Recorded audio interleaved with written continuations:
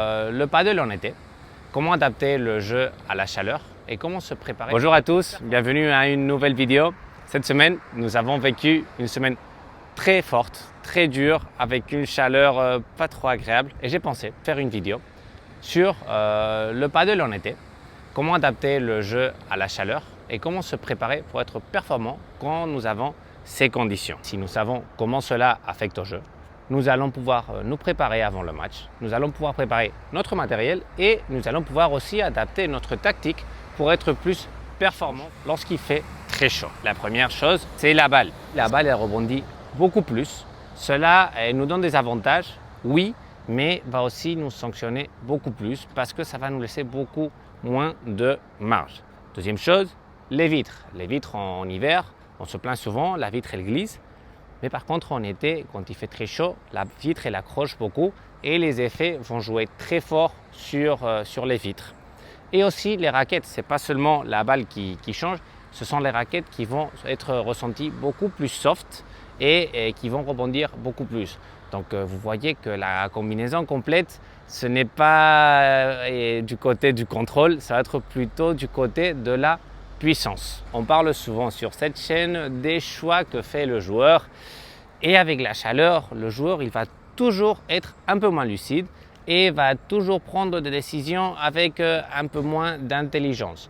Donc si on est conscient de cela et que nous pouvons adapter notre jeu à nos nouvelles capacités, nous avons déjà un point gagné avant de démarrer le match. Avant le match, on peut commencer à se préparer et nous pouvons adapter notre matériel et nos vêtements pour cette situation. Un des plus grands ennemis que nous allons avoir, surtout en indoor, ça va être la transpiration. En été, à nouveau c'est évident, mais on transpire beaucoup et cela va pénaliser énormément notre jeu. Et en plus, ça va nous empêcher de profiter d'un des gros avantages de l'été, c'est que la balle rebondit plus. Et bon, la frappe, elle est un peu plus facile. Je vais déjà introduire ce sujet, après on en parlera plus en profondeur. Mais si notre raquette elle glisse et qu'on n'arrive pas à tenir le manche parce que c'est comme une pastille de savon, ce smash va se compliquer beaucoup. Donc, pour pouvoir lutter contre la transpiration, un très bon conseil que je donne à tous mes stagiaires, c'est d'utiliser des serre-poignets et pourquoi pas plusieurs et les changer quand ils sont trempés. Au final, les serre-poignets, c'est qu'il y a beaucoup de personnes qui pensent qu'ils sont là pour éviter de se faire mal au poignet, mais pas du tout. Et la mission principale, c'est d'empêcher la transpiration qui va couler de l'avant-bras et qui va aller en direction de notre main. Donc, d'avoir un bon serre-poignet en bon état va déjà éviter d'avoir trop de transpiration à notre main. Et le deuxième point, un bon grip. Il y a plusieurs types de grip. Il y en a qui sont meilleurs pour l'humidité et il y en a qui ont un toucher un peu plus plastique.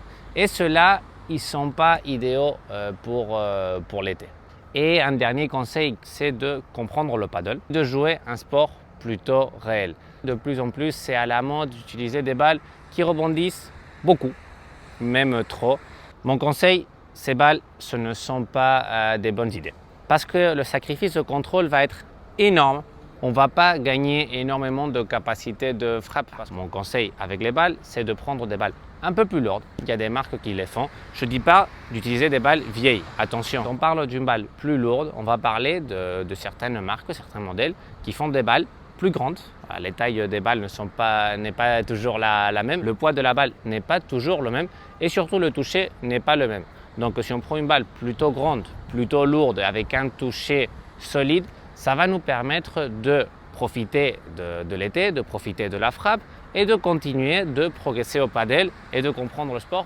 Dernière adaptation de matériel, et cela, ça va être un peu de luxe. Certaines marques de raquettes font exactement la même raquette avec deux mousses un peu différentes. Une plus soft et une plus hard. Et en été, la raquette, on la ressent largement plus soft. Et si nous avons la chance de pouvoir avoir deux raquettes pareilles, mais avec une mousse légèrement différente, nous allons pouvoir réduire cette différence qu'on va ressentir en été et stabiliser un peu notre jeu. Surtout pour les joueurs de outdoor, sous le soleil, on ressent la chaleur, la raquette, elle n'est pas différente, elle ressent aussi la chaleur et elle va devenir beaucoup plus soft. Si vous avez la chance de pouvoir avoir une deuxième raquette identique avec une mousse un peu différente, ce sera génial. Vous êtes encore plus protégé pour l'été. Et nous avons encore beaucoup de choses à dire sur l'adaptation du paddle pour l'été.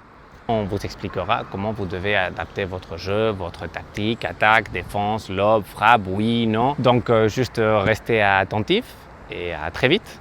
Ciao!